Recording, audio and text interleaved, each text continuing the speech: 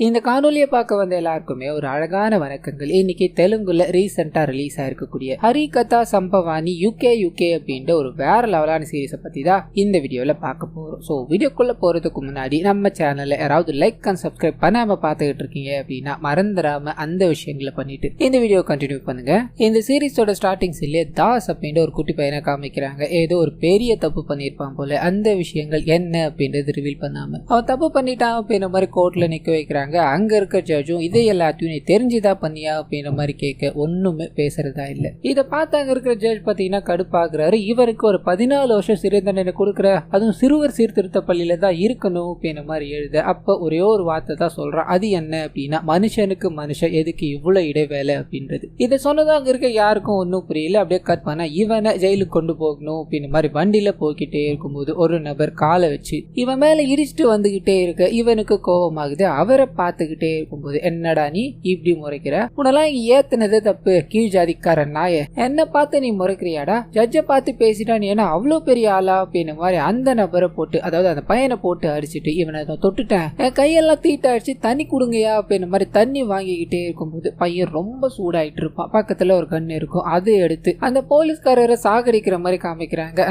அவரோட ரத்தம் வண்டி ஃபுல்லா செதறி கிடக்குது. எல்லாரும் பயந்து போய் நின்னுகிட்டு இருக்காங்க. ஆனா அப்படியே இந்த சீன் கட் ஆகுது. விராட் அப்படின்ற ஒரு போலீஸ்காரரை ஸ்டேஷன்ல காமிக்கிறாங்க. ஒரு பெரிய அக்யூஸ்ட புடிச்சு வச்சதால இவருக்கு நிறைய கால்ஸ் எல்லாமே வந்துகிட்டே இருக்கும். அதுல ஒண்ணு இவரோட நண்பரான அர்ஜுன் அப்படின்ற மாதிரி இருக்கும். தன்னோட மனைவியோட அந்த நபர் கிட்ட பேச ஆரம்பிக்கிறாரு. அர்ஜுனுக்கு பாத்தீங்கன்னா இன்னைக்கு என்கேஜ்மெண்டா இருக்கும். என்னோட என்கேஜ்மெண்ட் கூட வராம நீ வேலை பார்த்துக்கிட்டு இருக்கல, கல்யாணம் இன்னும் கொஞ்ச நாள்ல இருக்கு, அப்ப நீ வராம இருந்து பாடுறா, அப்புறம் இருக்குடா உனக்கு அப்படின்ற மாதிரி பேசிட்டு இவரோட மனைவி கூட நிறைய விஷயங்களை ஷேர் பண்ணிக்கிட்டே இருக்காங்க. அந்த சமயத்துல ஒருத்தர் அரெஸ்ட் பண்ணி வச்சிருக்காங்க அப்படின்ற மாதிரி சொன்ன இல்லையா, அவரை இங்க இருந்து கூட்டு போகணும் அப்படின்றதுக்காக முகம் மூடப்பட்ட நிலையில ஒரு கேங் பாத்தீங்கன்னா உள்ள என்ட்ராக்குறாங்க. அங்க இருக்கிற யாரும் எதையும் பண்ணக்கூடாது அப்படின்ற குறிக்கோளோட அங்க இருக்க எல்லா பொருளையும் சுட்டு உடைச்சுக்கிட்டே இருக்கும்போது திடீர்னு ஒரு புல்லட் நம்ம ஹீரோவோட மனைவி மேல பாத்தீங்கன்னா விழ ஆரம்பிக்குது. அந்த இடத்துல அவங்க விழுந்து போக இது நேரம் வரைக்கும், அதாவது இந்த சம்பவம் வரைக்கும் விராட் பாத்தீங்கன்னா அங்க இருக்க எல்லாரையும் அடிச்சு போட்டுக்கிட்டே இருந்திருப்பாரு. தன்னோட மனைவி கீழே விழுந்துட்டாங்க, சுடப்பட்டுட்டாங்க அப்படின்னு தெரிஞ்சதும் அவர் ஓடி வர அவரு போத்துன்னு அந்த இடத்துல விழுறாரு. இந்த சீன் இதோட கட் ஆகுது. கட் பண்ணி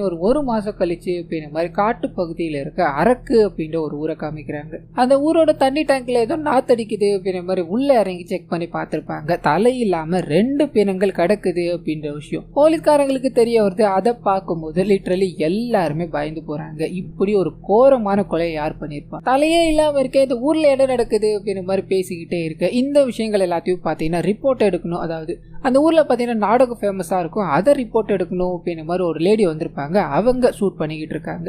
இந்த விஷயங்களை பார்த்துட்டு அங்க பாத்தீங்கன்னா கருப்பு சட்டையோட ஒரு நபர் என்ட்ராக்குறாரு. செத்தவன் நம்பாலா அப்படின்ற மாதிரி கேட்க ஆமான்னு ஒரு பதில். இதனால அந்த நபர் பாத்தீங்கன்னா அர்ஜுன் கிட்ட ஒரே ஒரு வார்த்தை தான், இந்த கொலை யார் பண்ணாங்க, எதுக்கு பண்ணாங்க அப்படின்றதெல்லாம் நாங்க பாத்துக்கிறோம், செத்தது எங்கால் தான் இல்லையா, உனக்கு இன்னும் கொஞ்சம் நல்ல கல்யாணம் இருக்கு, அதனால உன் வேலையை நீ பாத்துக்கிட்டு போ அப்படின்ற மாதிரி கோவமா அங்க இருந்து கிளம்ப. கட் பண்ணி ஊர் மக்கள் கிட்ட போகுது. இப்படி ஒரு கோரமான கொலை நடந்திருக்கு, ஊருக்குள்ள ஏதோ தப்பு நடக்குது, நம்ம தேவரம்மா கிட்ட போய் ஒரு வார்த்தை கேட்டுட்டு வரல அப்படின்ற மாதிரி கும்பலா கிளம்புறாங்க. இவங்க கிளம்பும் போது வீடியோ எடுத்துக்கிட்டு இருக்காங்க இல்லையா, அவங்களும் நிறைய பேர் வீடியோ எடுக்கிற மாதிரி காமிக்கிறாங்க. கட் பண்ணா தேவரம்மா அப்படின்ற ஒரு கேரக்டரை காமிக்கிறாங்க. பார்க்கவே பயமுறுத்துற மாதிரி இருப்பாங்க. ஆனா அவங்களுக்கு பாத்தீங்கன்னா ரத்தத்தை கொண்டு போய் வைக்க ரத்தத்துல கையை விட்டு அவங்க பயங்கரமா கத்த ஆரம்பிக்கிறாங்க. இந்த ஊர்ல இருள் சூழ்ந்திருக்கு, கடவுளோட கோபத்துக்கு நீங்க எல்லாருமே ஆளாயிட்டீங்க, கடவுள் இன்னும் என்னென்னலாம் பண்ண போறாரு அப்படின்றத நீங்க பொறுத்திருந்து பாருங்க அப்படின்ற மாதிரி கத்திக்கிட்டே இருக்க பயப்படுறாங்க. அதாவது கூடவே அந்த 2 பேரும் தலை இல்லாம கிடைச்சாங்க அப்படின்ற மாதிரி இருக்கு இல்லையா, அவங்கள வெட்டப்பட்ட ஒரு கோடாரி ஒண்ணு இவங்க கைக்கு கிடைக்குது. அது பாத்தீங்கன்னா கடவுளோட கோடாரி மாதிரி இருக்கும். இதனால இது எல்லாத்தையும் கடவுள் தான் பண்ணிக்கிட்டு இருக்காரோ அப்படின்ற மாதிரி ஊர் மக்கள் அச்சத்துல இருக்கும்போது அந்த ஊர்ல இருக்க ஒரு பெரிய மைனரை பாத்தீங்கன்னா நமக்கு காமிக்கிறாங்க. போற வர எல்லாரையும் பயங்கரமா சைட் அடிச்சுக்கிட்டே இருக்கு. அந்த வீடியோ எடுக்கணும்னு வந்தாங்களே அவங்களையும் விடுறதா தெரியல, அவங்களையும் பாத்துக்கிட்டே இருக்காரு. அப்படியே கட் பண்ண ஊருக்குள்ள ரங்காச்சாரி அப்படின்றவரோட தலைமையில நாடகம் நடக்குது அப்படின்றத காமிக்கிறாங்க. விஷ்ணுவோட பல அவதாரங்கள் இருக்கு, அதுல ஒவ்வொரு அவதாரங்களையும் இவங்க நாடகமா போட்டுக்கிட்டு இருக்காங்க அப்படின்ற மாதிரி இருக்கும். இப்ப கூட நரசிம்ம அவதாரம் அப்படின்ற ஒரு நாடகத்தை இவங்க ஸ்டேஜ்ல நடத்திக்கிட்டே இருக்க அந்த சமயத்துல கொஞ்ச நேரத்துக்கு முன்னாடி ஒரு மைனர் காமிச்சாங்க இல்லையா, அவர் அங்கிருந்து எழுந்து போற மாதிரி காமிக்கிறாங்க. இந்த விஷயத்த சாமந்தி அப்படின்ற ஒரு லேடி திரும்பி பாக்குறாங்க.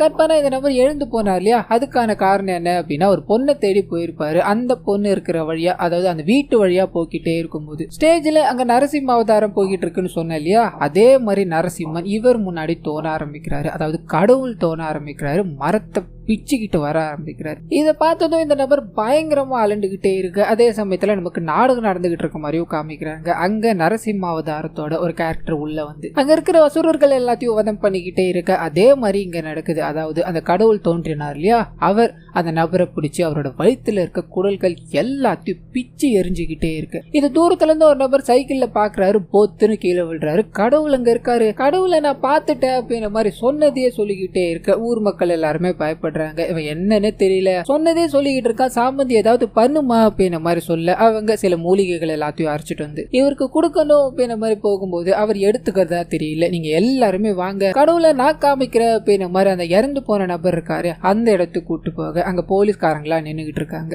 இவரும் நான் இந்த மாதிரி நேத்து கடவுளை பார்த்த தங்க முடி தங்க மாதிரியே இருந்தாரு, அது கண்டிப்பா எங்களோட கடவுள் தான், கடவுள் என் கண்ணு முன்னாடி நான் பார்த்தேன் அப்படின்ற மாதிரி புலம்பிக்கிட்டே இருக்க போலீஸ்காரர் அங்க இருக்கிற விஷயங்கள் எல்லாத்தையும் பாக்குறாரு. அது கூடவே அந்த டெட் பாடியோட உடம்புல பாத்தீங்கன்னா முடி இருக்கிறதையும் கவனிக்கிறாரு. என்னமோ ஸ்ட்ரேஞ்சா இருக்கு அப்படின்ற மாதிரி யோசிச்சுக்கிட்டே இருக்கு. இந்த விஷயத்தையும் பாத்தீங்கன்னா அந்த ரிப்போர்ட்டர் இருக்காங்க இல்லையா, வீடியோ எடுத்துக்கிட்டு தான் இருக்காங்க. கட் பண்ணா ஒரு டிராஜடியான சம்பவம் நடந்ததுக்கு அப்புறமா விராட் அவரோட குழந்தைய கூப்பிட்டுக்கிட்டு இந்த ஊருக்குள்ள வர மாதிரி காமிக்கிறாங்க. இன்னொரு பக்கம் அந்த நாடக சபா இருக்கு இல்லையா, அவங்களோட வாழ்வியல அந்த ரிப்போர்ட்டர் ரெடி பாத்தீங்கன்னா கவர் பண்ணிக்கிட்டு இருக்க மாதிரி காமிக்கிறாங்க. இன்னொரு பக்கம் ஊருக்குள்ள வந்து விராட்டும் அவரோட குழந்தையும் கொஞ்சம் மைண்ட் பீஸ்ஃபுல்லா இருக்கட்டும் அப்படின்றதுக்காக காட்டு பகுதிக்குள்ள போக அதே இடத்துலதான் பாத்தீங்கன்னா சாமந்தி அங்க குளிச்சுட்டு நடந்து வந்துகிட்டு இருக்காங்க அப்படின்ற மாதிரி இருக்கும். அண்ட் விராட் இப்பதான் ஒரு டிராஜடியான சம்பவத்துல இருந்து வெளியே வந்திருக்காரு இல்லையா, அந்த சம்பவத்தப்ப அவரோட காதுகள் பறி போயிடுச்சு அப்படின்ற மாதிரி இருக்கும். அதாவது ஒரு சின்ன சத்தம் கேட்டா கூட அது பயங்கரமா அவரோட காதுகள்ல கேட்க ஆரம்பிக்கும் அப்படின்ற மாதிரி இருக்கும். அங்க நிறைய விலங்குகள் கத்திக்கிட்டே இருக்கும்போது திடீர்னு நாய் வந்து கத்த ஆரம்பிக்குது. இவரால தாங்கிக்கவே முடியல, பயங்கர வலியால துடிச்சுக்கிட்டே இருக்கும்போது சாமந்தி தான் பாத்தீங்கன்னா இவங்களுக்கு உதவுறாங்க.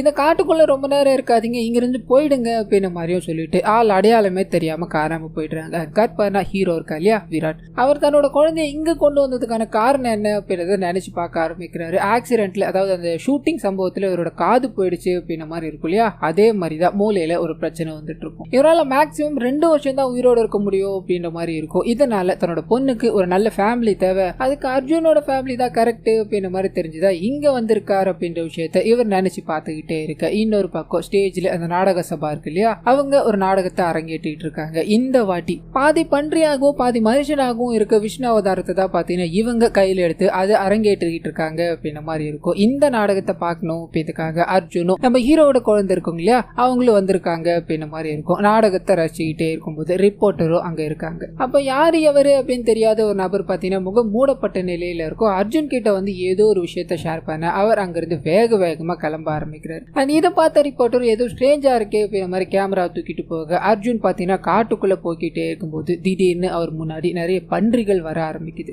இவருக்கு என்ன பண்றதுன்னு தெரியாம கொஞ்சம் கொஞ்சமா பின்னாடி வந்துகிட்டே இருக்கும்போது ஒரு பெரிய பள்ளம் மாதிரி இருக்கும், அதுல பொத்துன்னு விழ இவரோட உடம்பு முழுக்க பாத்தீங்கன்னா முட்களால குத்தி போயிடுச்சு. ரொம்ப உயிருக்கு போராடுற நிலைமையில இருக்காரு அப்படின்ற மாதிரி காமிக்கிறாங்க. இந்த விஷயத்த பாத்தீங்கன்னா ரிப்போர்ட்டர் பின்னாடி போய்கிட்டே இருக்கும்போது பார்த்திருப்பாங்க. அதை வீடியோ எடுத்துக்கிட்டே இருக்கும்போது எங்கிருந்தோ ஒரு வந்து வேகமா காத்து இவங்களை அடிச்சு கேமரா ஒரு பக்கம் இவங்க ஒரு பக்கம் விழுந்துட்டாங்க, சுயநினைவு இல்லாம இருக்காங்க. ஆனா அதே சமயத்துல இந்த சைடு முட்களுக்குள்ள விழுந்தார் இல்லையா, அந்த மனுஷன் உயிருக்கு கஷ்டப்பட்டுக்கிட்டு இருக்க அந்த சமயத்துல ஒரு பெரிய பாம்பு வந்து இவரோட கண்ணை அப்படி கொத்தி எடுக்கிற மாதிரி காமிக்கிறாங்க. சோ இறந்து போயிட்டார் அப்படின்ற மாதிரி இருக்கும். கற்பனை தாஸ் இருக்கான் இல்லையா அவனை காமிக்கிறாங்க. 14 வருஷம் சிறை தண்டனை அனுபவிச்சுட்டு இப்பதான் கொஞ்சம் ரிலீஸ் ஆக போறா அப்படின்ற மாதிரி இருக்கும். வண்டியில கொண்டு போய்கிட்டே இருக்காங்க. அந்த சமயம் பார்த்து ஒரு போலீஸ்காரர் தன்னோட ஷூலே பாத்தீங்கன்னா யூரின் அடிக்கிறாரு. அதை எடுத்துட்டு வந்து இந்த தாஸ் முன்னாடி வச்சு தொடக்க முடியுமா, ஏதோ மரியாதை கொடுக்கலன்னு போலீஸ்காரனே கொலை பண்ணியா, 14 வருஷம் கழிச்சு வந்திருக்கல, இப்ப மரியாதை எங்க இருந்து வருதுன்னு பாக்கலாமாடா, இதை தொடடா அப்படின்ற மாதிரி அவரோட தலையை புடிச்சு புஷ் பண்ணிக்கிட்டே இருக்க கடுப்பாக்குறாரு. ஒரு கோடாரி இருக்கு, அதாவது பக்கத்துல ஒரு கோடாரி இருக்கும், அதை எடுத்து அவரோட கையை அப்படியே வெட்டி எடுக்க மத்த போலீஸ்காரங்க எல்லாருமே பாத்தீங்கன்னா அப்படியே பயந்து போய் நின்னுகிட்டே இருக்காங்க.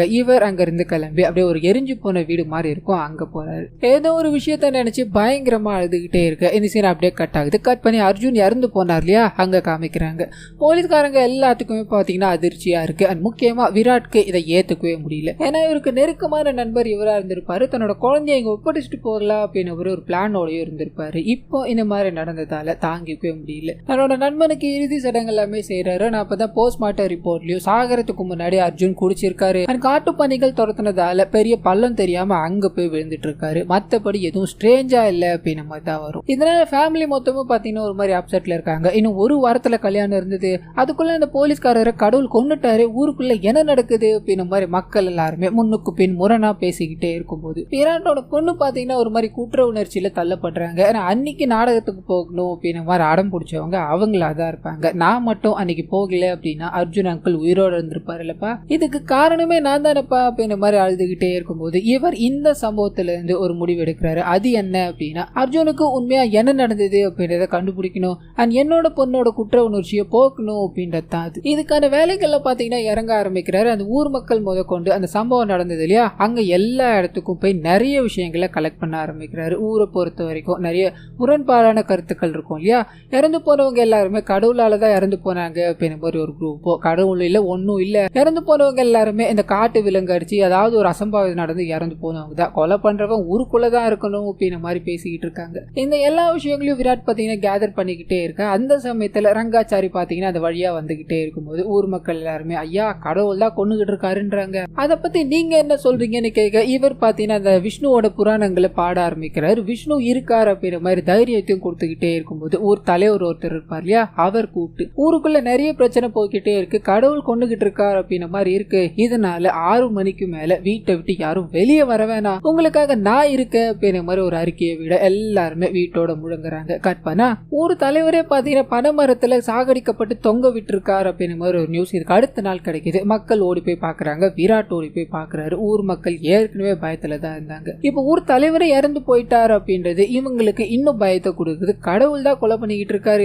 அந்த தேவரமா சொன்னது எல்லாமே நடந்துகிட்டு இருக்கு அப்படின்ற மாதிரி புலம்பிக்கிட்டே இருக்க விராட் இதை ஏத்துக்கிறதா தெரியல. இதுக்கு பின்னாடி கண்டிப்பா யாரோ இருக்காங்க, அதை நான் வெளிக்கொண்டு வராம விட மாட்டேன் அப்படின்ற மாதிரி ஃபுல் டைமா அதாவது ஃபுல் ஸ்விங்கா இன்வெஸ்டிகேஷனை ஸ்பீடப் பண்ண ஆரம்பிக்கிறாரு. ஆனா அப்ப பாத்தீங்கன்னா இவருக்கு நிறைய விஷயங்கள் கலெக்ட் ஆக ஆரம்பிக்குது. இறந்து போன அர்ஜுனை தவிர மிச்சம் எல்லாருமே பாத்தீங்கன்னா ஒரு மாதிரி நெகட்டிவ் ஷேட்ல வாழ்ந்த ஆளுங்க தான், அர்ஜுன் மட்டும் தான் நல்லவரா இருந்தார் அப்படின்ற மாதிரி இருக்கும். அண்ட் இன்னொரு விஷயம் என்ன அப்படின்னா இறந்து போனவங்க எல்லாருமே நாடகத்தை அதாவது ரங்காச்சாரியோட நாடகத்தை பார்த்துக்கிட்டு இருந்தவங்க தான் பாதியில எழுந்து போனாங்க, திரும்பி வரவே இல்லை அப்படின்ற மாதிரி இருக்கும். இது எல்லாருக்குமே பாத்தீங்கன்னா காமனா இருக்கும். இதை கேட்டதும் ஹீரோக்கு பயங்கர கடுப்பாயிடுது. கண்டிப்பா அந்த நாடகம் போடுறவனுக்கு தான் ஏதாவது பண்ணிருக்கணும், அவனுங்களை விடக்கூடாது அப்படின்ற மாதிரி ரங்காச்சாரியாவை சட்டையை பிடிச்சி எதுக்காகடா அந்த மாதிரி பண்ணிக்கிட்டு இருக்க, உன் நாடகத்தை பார்க்க வர எல்லாருமே இறந்துகிட்டு இருக்காங்க, நீ தானே இதை பண்ண அப்படின்ற மாதிரி கேட்க இவருக்கு பாத்தீங்கன்னா இது ஒரு மாதிரி அதிர்ச்சியா இருக்கு. திருப்பதிக்கு போயிட்டு வந்து இறந்து போயிட்டாங்க அப்படின்னா அது கடவுள் கொண்டதா ஆயிடுமா, எங்களோட நாடகத்தை பார்க்கணும் அப்படின்றதுக்காக நிறைய மக்கள் வருவாங்க,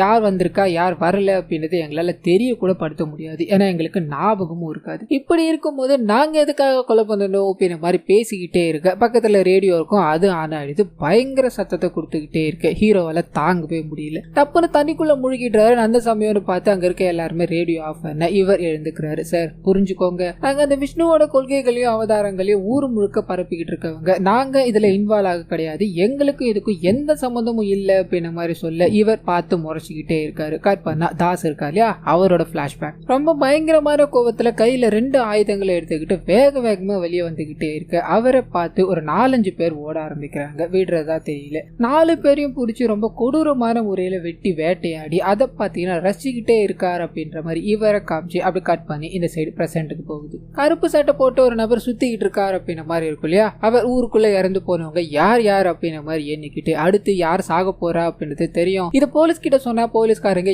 7 தடடா பிடிப்பாங்க அப்படின்ற மாதிரி அங்க இருக்கிறவங்க கிட்ட பேசி யோசிச்சுக்கிட்டே இருக்கும்போது இன்னொரு பக்கம் கட் பண்ணி விராட் கிட்ட போகுது. விராட் பாத்தீங்கன்னா இன்னைக்கு நாடகம் போற இடத்துல நான் வந்து பாக்குறேன், இன்னைக்கு யார் சாகுறா பாக்கலாம் அப்படின்ற மாதிரி முடிவுல அந்த நாடகம் நடக்கு இல்லையா, அங்க வந்து எல்லாரையும் கண்காணிச்சுக்கிட்டு இருக்காரு.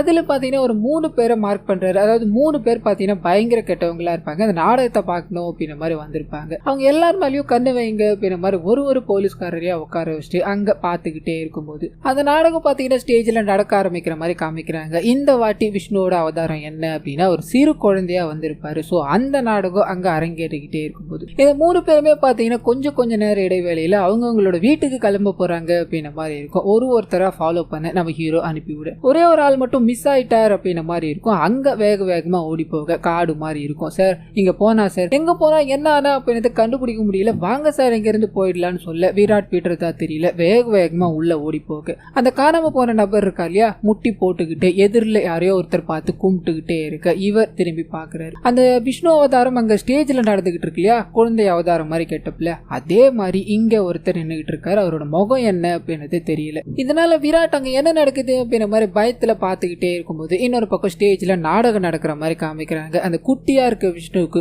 கேட்டதை கொடுக்கணும் அப்படின்ற மாதிரி ஒரு அரசர் என்ன வேணுமோ கேளுங்கள் அப்படின்ற மாதிரி பேசிக்கிட்டே இருக்க இவர் 3 அடி முன்னாடி வர முடியுமா அப்படின்ற மாதிரி சொல்றாரு. அதே விஷயம் தான் இங்க பாத்தீங்கன்னா நடக்குது. அந்த கீழே இருக்க அந்த நபர் பாத்தீங்கன்னா பயத்துல கடவுளை பார்த்துட்டு அப்படின்ற மாதிரி நின்றுகிட்டே இருக்கு. அந்த கடவுள் உருவத்துல இருக்க நபர் பாத்தீங்கன்னா ஒரு 3 அடி முன்னாடி வர முடியுமான்னு கேட்க முன்னாடி போறாரு. எங்க இருந்தும் வேகமா ஒரு மரம் வந்து அப்படியே ஒரு மேல விழுந்து சல்லியா அதாவது சட்னி ஆயிட்டார் அப்படின்ற மாதிரி இருக்கும். விராட் வேகமா ஓடி போய் இதை பார்க்கலாம் ட்ரை பண்ண பொத்துன்னு விழுந்துட்டு இந்த கொலையை பண்ணது மனுஷனா கடவுளா அப்படின்றது விராட்டால ஐடென்டிஃபை பண்ண முடியல. ஏன்னா நடந்த சம்பவத்துல அவரோட முகத்தை மட்டும் இவர் பார்க்கல அப்படின்ற மாதிரி இருக்கும். கட் பண்ணா விராட் கூட ஒருத்தர் வெளியே நின்றுகிட்டு இருந்தார் அப்படின்ற மாதிரி இருக்கு. அவர்கிட்ட பாத்தீங்கன்னா இந்த கடவுள் உருவம் அப்படியே கிராஸ் ஆகுற மாதிரி காமிக்கிறாங்க. ஆசீர்வாதத்தையும் பண்ணிட்டு போறாரு. இந்த விஷயம் இவருக்கு ரொம்ப சந்தோஷமாயிடுது. போத்துன்னு மயக்கம் போட்டு விழுது. அடுத்த நாள் காலையில ஊர்ல இருக்க எல்லார்கிட்டயும் இந்த விஷயம் சொல்ல இது நேரம் வரைக்கும் வாய் வார்த்தையா இருந்த இந்த விஷயம் ஒரு போலீஸ்காரருக்கே நடந்திருக்கு அப்படின்ற மாதிரி பயங்கரமா பத்திக்க ஆரம்பிக்குது. ஊர் மக்கள் கடவுள் தான் இதை பண்றாங்க அப்படின்ற மாதிரி கன்ஃபார்மே பண்ணிட்டாங்க. ஆனா விராட் பாத்தீங்கன்னா நம்புறதா தெரியல. அந்த சம்பவம் நடந்தது இல்லையா அதே இடத்துக்கு மறுபடியும் போக அங்க ஒரு கேமரா கிடைக்குது. அதை எடுத்துட்டு வந்து அது யாருதான் இருக்கோ அப்படின்ற மாதிரி சர்ச் பண்ண அப்பதான் அது ரிப்போர்ட்டரோடது அப்படின்ற மாதிரி தெரிய வருது. ரிப்போர்ட்டர் பாத்தீங்கன்னா மயக்க நிலையில இருந்தாங்க இல்லையா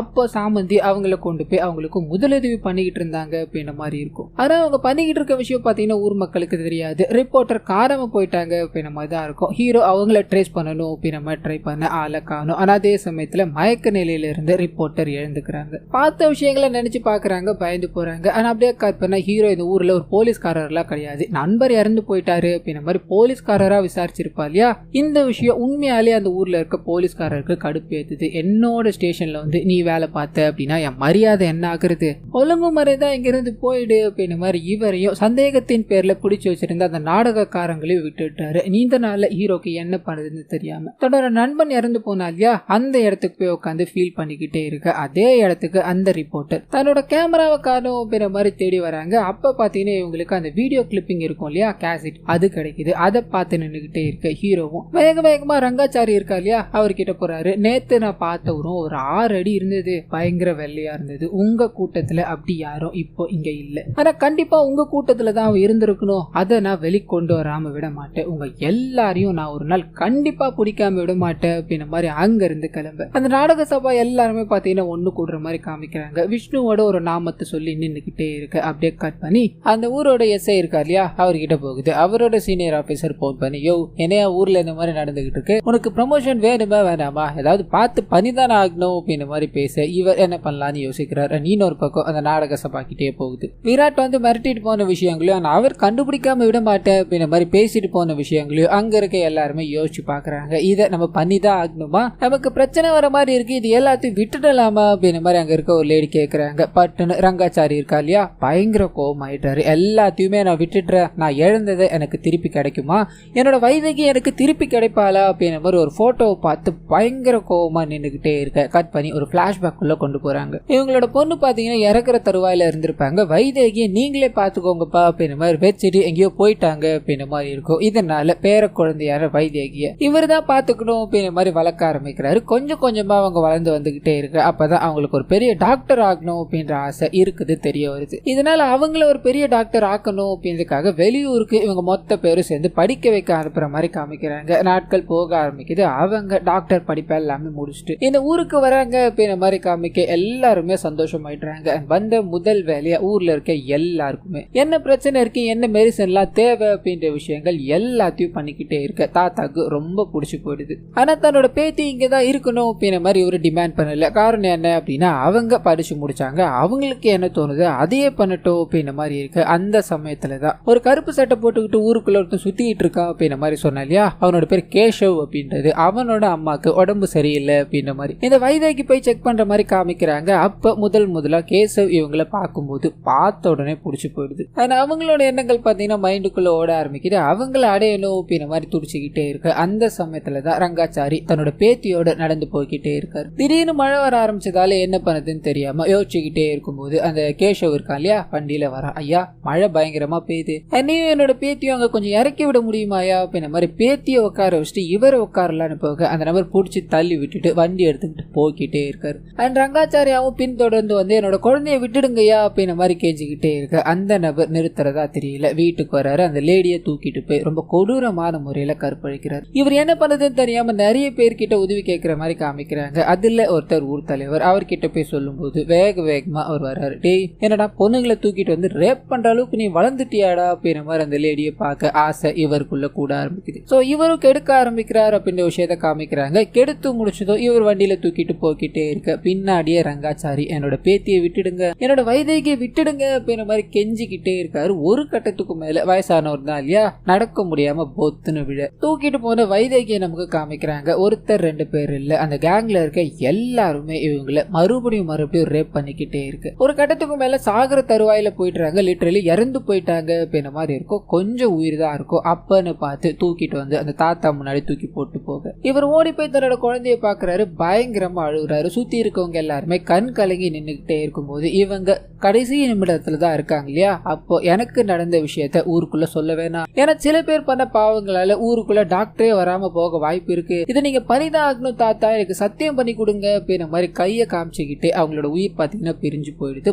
பயங்கரமா அழ ஆரம்பிக்கிறாரு. சோ இந்த சம்பவத்துல கற்பழிச்சவங்க எல்லாருமே தான் பாத்தீங்கன்னா தொடர்ச்சியான முறையில இறந்து வந்துகிட்டே இருக்காங்க அப்படின்ற மாதிரி இருக்கும். பிரசன்ட்ல இந்த விஷயங்கள் எல்லாமே அப்படி நினைச்சு பார்த்ததால இவங்க முயற்சி, அதாவது இவங்க பண்ணிக்கிட்டு இருக்க விஷயங்கள்ல கைவிடக்கூடாது அப்படின்ற மாதிரி சபதம் எடுக்கிறாங்க. காட்பானா ஊருக்குள்ள நாடகம் இன்னைக்கு நடக்க போகுது அப்படின்ற அனௌன்ஸ்மெண்ட் பாத்தீங்கன்னா ஊர் முழுக்க சொல்லிக்கிட்டே இருக்க மாதிரி காமிக்கிறாங்க. இந்த விஷயத்த கேசவன் கவனிக்கிறான். தொடர்ச்சியான முறைகள்ல இறந்து வந்துகிட்டே இருக்காங்க. அடுத்து இன்னைக்கு நானா தான் இருக்கும் அப்படின்ற மாதிரி கெஸ்ஸோட இவ அங்க இருந்து கிளம்ப இன்னொரு பக்கம் கட் பண்ணி அந்த ரிப்போர்ட்டர் இருக்காங்க இல்லையா, அவங்க தேடி பிடிச்சி அந்த கேசட் எடுத்துட்டு இருப்பாங்க. அதுல என்ன இருக்கு அப்படின்ற மாதிரி செக் பண்ணி பார்த்துக்கிட்டே இருக்கும்போது அதிர்ந்து போயிடுறாங்க. சொல்ல வார்த்தைகளே இல்லாம நின்றுகிட்டு இருக்காங்க அப்படின்ற மாதிரி இவங்களை காமிச்சிட்டு இன்னொரு பக்கம் ஸ்டேஜ்ல பாத்தீங்கன்னா அந்த நாடகம் நடந்துகிட்டு இருக்க மாதிரி காமிக்கிறாங்க. பாஞ்சாலிக்கு ஒரு அநீதி நடந்தது இல்லையா, அதை மையப்படுத்தி தான் இந்த நாடகம் பாத்தீங்கன்னா போய்கிட்டு இருக்கு அப்படின்ற மாதிரி இருக்கும். ஒரு பக்கம் ஹீரோவும் இன்னொரு பக்கம் அந்த போலீஸ்கார கூட்டமும் அண்ட் மூணாவதா பாத்தீங்கன்னா அந்த கேசவன் இருக்கான் இல்லையா, அவனும் வந்து உட்காந்துகிட்டு இருக்கான். என்ன நீங்க எப்படி கொல்றீங்க அப்படின்றத நான் பாத்துடுறேன் அப்படின்ற தோரணையில அண்ட் ஸ்டேஜ் மேல பாத்தீங்கன்னா ரங்காச்சாரி தன்னோட பேத்திக்கு நடந்த விஷயங்கள் எல்லாத்தையும் அப்படி கண்ணுக்குள்ள நினைச்சு பாத்துக்கிட்டு அந்த எதிரில இருக்க கேசவனை பார்த்து நிறைய வசனங்களை பேசிக்கிட்டே இருக்காரு. அதாவது இந்த நாடகத்துல நடக்கிற மாதிரி அந்த கேசவன் கிட்ட பாத்தீங்கன்னா பேசிக்கிட்டே இருக்காரு. நேரங்கள் செல்ல ஆரம்பிக்குது. எல்லாருமே நாடகம் முடிஞ்சிருச்சு அப்படின்ற மாதிரி ஒரு நிலைமையில கொஞ்சம் கொஞ்சமா கிளம்பிக்கிட்டே இருக்கும்போது போலீஸ்காரர் இருக்கா இல்லையா,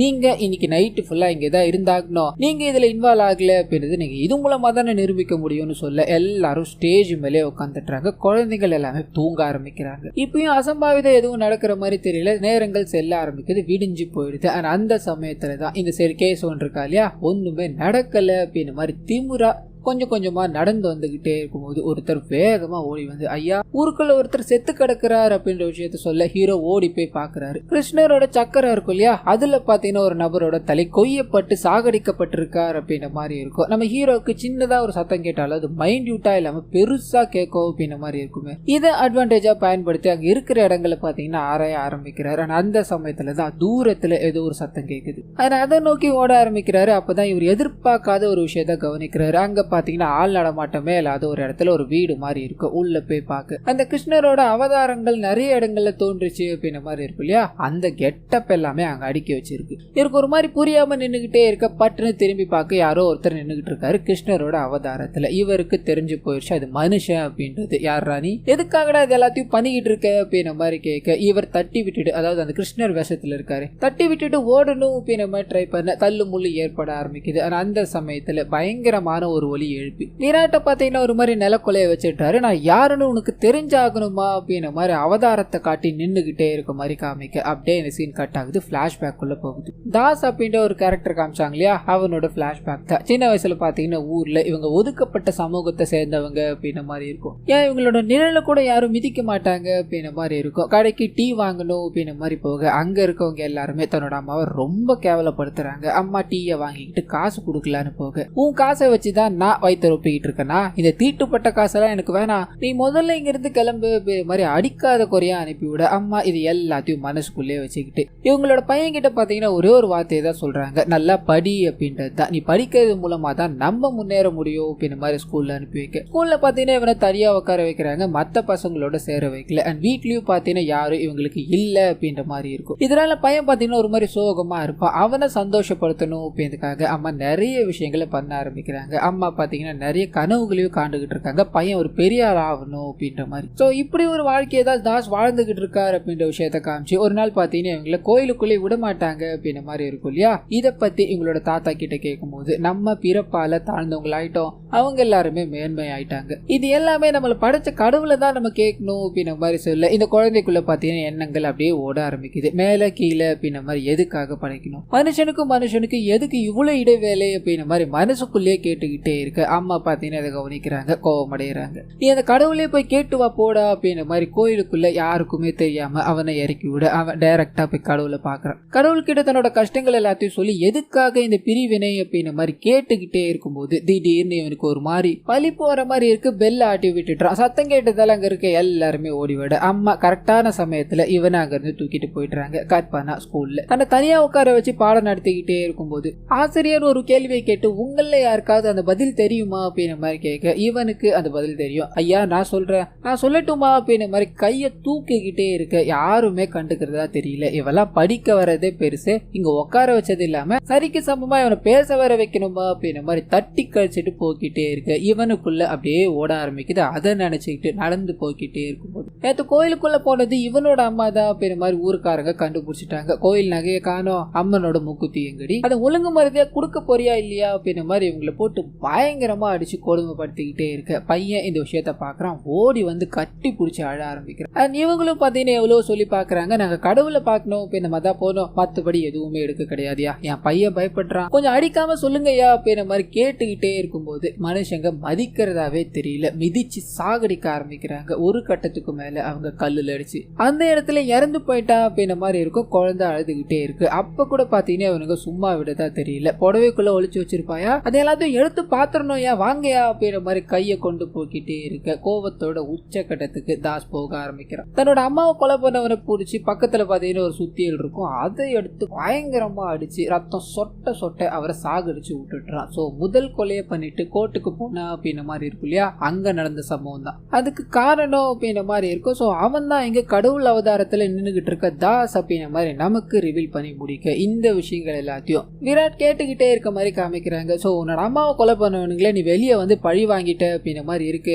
அப்படி இருக்கும்போது இந்த ஊரில் நடக்கிற கொலைகளுக்கு என்ன காரணம் அப்படின்ற மாதிரி கேட்க என்னோட ரெண்டாவது அம்மாவை இவனுங்க தான் சாவடிச்சானுங்க கண் கலங்கி நின்னுகிட்டு இன்னொரு பிளாஷ்பேக் உள்ள பாத்தீங்கன்னா போக ஆரம்பிக்கிறாரு. ஜெயில இருந்து வெளியே வந்ததும் அந்த அம்மாவை கொடுமைப்படுத்தினவனுங்களை கொலை பண்ணிட்டார் அப்படின்ற மாதிரி இருக்கும் இல்லையா. என்ன பண்ணதுன்னு தெரியாம நடந்து வந்துகிட்டே இருக்கும்போது அந்த ரங்காச்சாரி கிருஷ்ணரோட வேடமிட்டு கடவுளா நின்னுகிட்டு இருக்காரு அப்படின்ற மாதிரி இருக்கும். மக்கள் எல்லாருமே அவரை வணங்கி கையெடுத்து கும்பிட்டு நின்றுகிட்டே இருக்கு. இவர் கடவுளாலதான் இவ்வளவு பிரச்சனை அப்படின்ற மாதிரி ரங்காச்சாரியார் கல்ல தூக்கி அடிக்கணும் அப்படின்ற மாதிரி போக அவரோட உருவம் இவர் அப்படியே கண்ணை மறைச்சிட்டு மயக்கம் போட்டு விழுந்துட்டாரு. அந்த மயக்கத்துல இருந்து எழுந்து பார்க்கும்போது தன்னை சுத்தி அந்த நாடக குழு இருக்கு இல்லையா, அவங்க எல்லாருமே நின்னுகிட்டு இருக்காங்க. இவர் எழுந்த முதல் வார்த்தையா என்ன எப்படியாவது கடவுள் ஆக்கிடுங்க, எனக்கு மரியாதை தேவை அப்படின்ற மாதிரி கேட்க ரங்காச்சாரி பயங்கரமா இதை முடியவே முடியாது அப்படின்ற மாதிரி மறுக்கிறார். ஒருத்தர் கையெழுத்து கும்பிடணும், மத்தவங்க எல்லாருமே மதிக்கணும் அப்படின்ற மாதிரி கடவுளாக முடியவே முடியாது, அந்த விஷயத்த நான் பண்ணவும் மாட்டேன் அப்படின்ற மாதிரி சொல்ல அப்பதான் பாத்தீங்கன்னா இந்த தாஸ் இருக்கான் இல்லையா, வைதேகியை பாக்குறா, தன்னோட அம்மாவை பாக்குற மாதிரியே இருக்கு. அப்படியே அம்மாவோட ரிசம்பிள்ஸ் எல்லாம் இவங்களுக்குள்ள இருக்கு அப்படின்ற மாதிரி உணர ஆரம்பிக்கிறா. இதனால அங்கேயே தங்க ஆரம்பிக்கிறா. அங்க இருக்க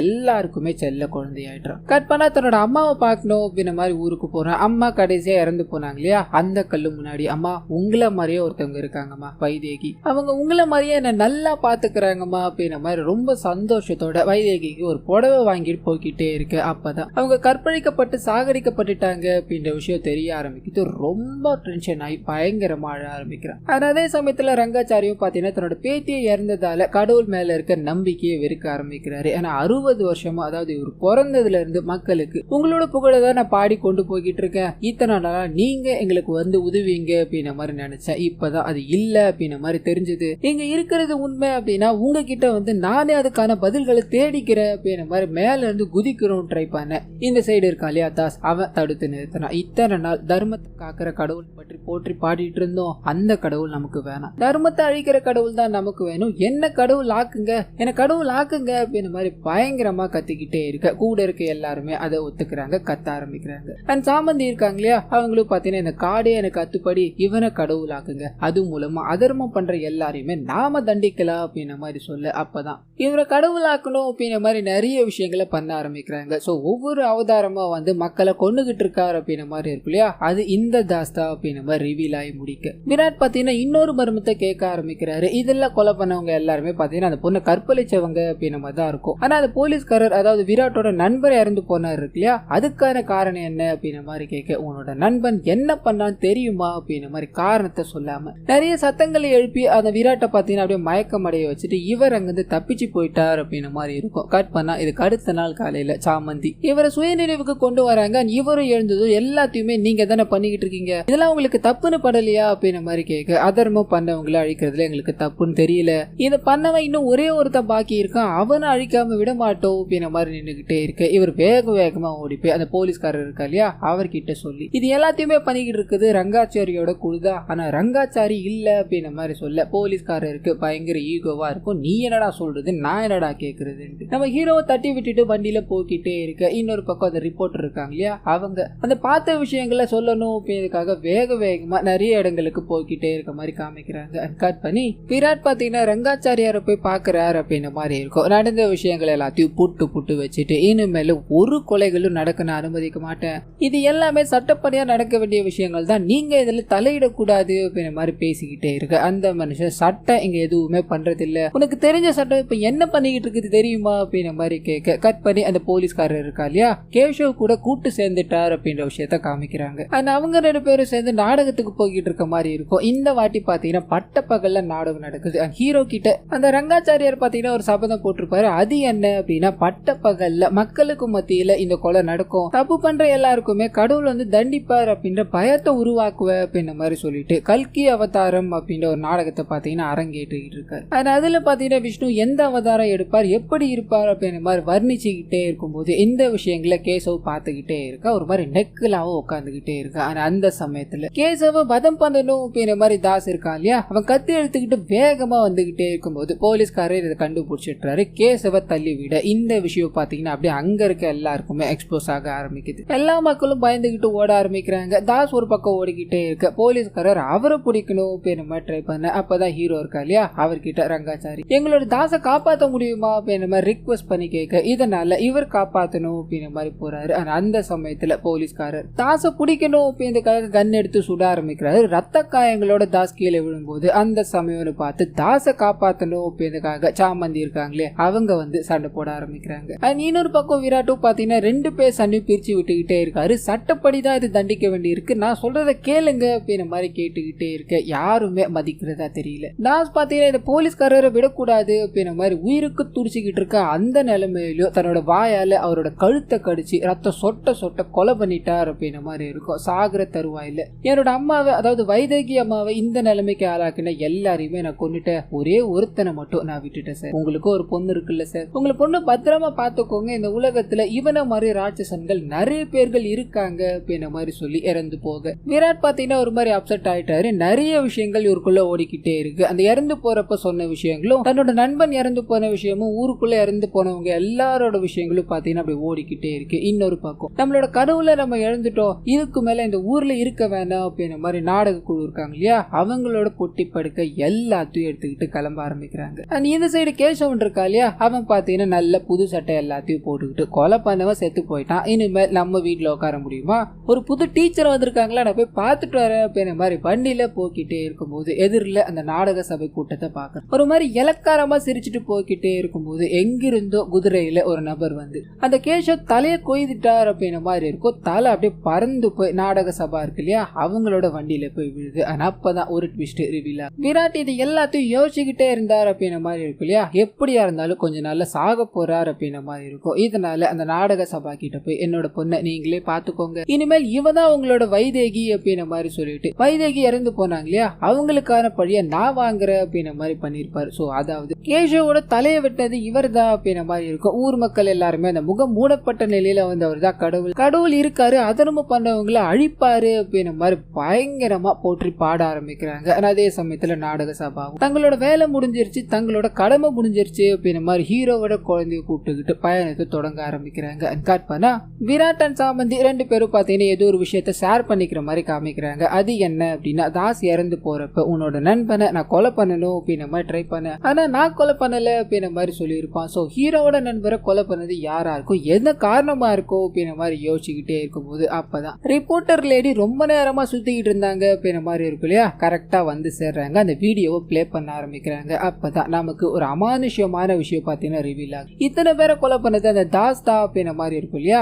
இவரை கொலை பண்ணது மட்டும் ஏதோ ஒரு அமானுஷ்யம். அந்த இடத்துல நிறைய பறவைகளும் பன்றிகளும் ஒரு மயில் பறந்து போற மாதிரியான விஷயங்களும் பாத்தீங்கன்னா ரெக்கார்ட் ஆயிருக்கும். இந்த விஷயத்தை தான் நான் உங்ககிட்ட காட்டணும் அப்படின்ற மாதிரி ஓடோடி வந்தேன். இது மனுஷ சக்திக்கு அப்பாற்பட்ட விஷயமா இருக்கு அப்படின்ற மாதிரி சொல்ல ஹீரோவால இதை நம்பாம இருக்க முடியல. என்ன பண்றதுன்னு யோசிச்சுக்கிட்டே இருக்கும்போது தன்னோட காதல்ல இருந்த அந்த லேடி இருக்காங்க இல்லையா, அவங்க தப்பு பண்ணவங்க எல்லாரையுமே தாஸ் தான் கொலை பண்ணா அப்படின்னு இருக்கும்போது இவரை மட்டும் எதுக்காக கடவுள் கொண்டார் அப்படின்ற மாதிரி இருக்கு, அவங்களே கடவுளே தண்டிச்சிருக்கலாமே அப்படின்ற மாதிரி கேட்க ஹீரோ இதுக்கான பதில சொல்ல ஆரம்பிக்கிறாரு. அதர்மம் தர்மம் அப்படின்ற விஷயங்கள் இருந்தும் அதர்மம் நடக்கும்போது தன்னால தடுக்க முடியும் அப்படின்ற மாதிரி ஒரு நிலைமையில இருந்தும் தடுக்க முடியாம இருக்காங்க இல்லையா, அவங்கள வதம் பண்ணணும் அப்படின்றதுக்காக கடவுளே இறங்கி வருவார். அதாவது திரௌபதிக்கு ஒரு அநியாயம் நடந்துகிட்டே இருக்கும்போது எப்படி பீஷ்மர் எப்படி அமைதியா இருந்தாரோ அதே மாதிரிதான், அதாவது ஹீரோட நண்பர் என்ன பண்ணிருப்பார் அப்படின்னா அவருக்கு என்கேஜ்மெண்ட் அப்படின்ற மாதிரி ஹீரோ கிட்ட கால்ல பேசிக்கிட்டு இருந்திருப்பார் இல்லையா. அந்த சமயத்துல இந்த ரங்காச்சாரி ஓடி வந்து முதல்ல உதவி கேட்டது இவர்கிட்ட தான் அப்படின்ற மாதிரி இருக்கும். இவரால கண்டிப்பா உதவி பண்ண முடிஞ்சிருக்கும். ஆனா கேசவனை எதிர்த்துக்கிட்டு நம்ம எதுவும் பண்ண முடியாது அப்படின்ற மாதிரி அதை நிராகரிச்சிட்டு இருப்பாரு. நான் உதவ வரல அப்படின்ற மாதிரி சொல்லிட்டு இருப்பாரு. சோ அப்போ அவர் உதவி இருந்தார் அப்படின்னா அவருக்கு மரணம் ஏற்பட்டிருக்காது. அண்ட் இவர் இறந்து போன பேட்டர்னும் பாத்தீங்கன்னா பீஷ்மர் மகாபாரத போர்ல இறந்து போயிருப்பார் இல்லையா, அதே மாதிரி தான் இருக்கும். சோ அந்த விஷயத்த ஒரு மாதிரி ரெஃபரன்ஸா காமிச்சு இந்த சீரீஸை இதோட முடிக்கிறாங்க. சோ அதர்மம் பண்ணாங்க அப்படின்னா அவங்களை அழிக்கணும் அப்படின்றதுக்காக கடவுள் வருவார், அதர்மம் பண்றவங்களை தடுக்காம இருந்தாங்க அப்படின்னா அவங்களை அழிக்கவும் கடவுள் வருவார் அப்படின்ற ஒரு விஷயத்த இங்க சொல்லி இதை பாத்தீங்கன்னா அப்படியே முடிச்சு விட்டுட்டாங்க. கண்டிப்பா இந்த சீரீஸ் என்னோட வாய்ஸ் ஓவர் உங்களுக்கு பிடிச்சிருக்கோம் அப்படின்ற மாதிரி நம்புறேன். இந்த வீடியோல ஏதாவது நிறை குறைகள் இருந்தது அப்படின்னா அதை மறந்துடாம கமெண்ட்